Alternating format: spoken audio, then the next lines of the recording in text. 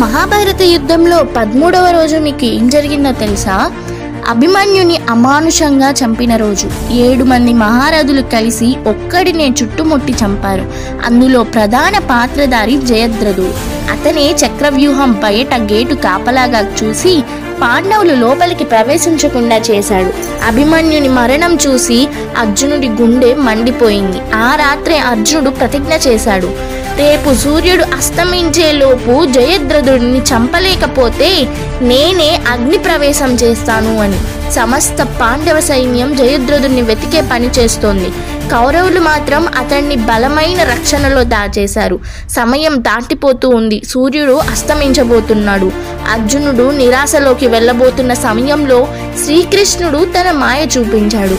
సూర్యుడు అస్తమించినట్లు దాచిపెట్టాడు. కౌరవులు సంబరాలు చేసుకుంటుంటే జయద్రథుడు బయటకు వచ్చాడు. అంతే, అర్జునుడు అమోఘమైన పాశుపతాస్త్రంతో జయద్రథుడిని నిరుచ్ఛేదం చేశాడు. అది నేరుగా వెళ్ళి అతని తండ్రి తలపై పడింది. ఎందుకంటే అతని తండ్రి చెప్పాడు, నా కుమారుడి తల నేనంటే పడితే నేనే నా శిరస్సు కోల్పోతాను అని. అంతే, జయద్రథుని తండ్రి తల కూడా పేలిపోతుంది. దీన్ని అంటారు ప్రతిజ్ఞకి నిలబడిన పాండవ పరాక్రమం అని.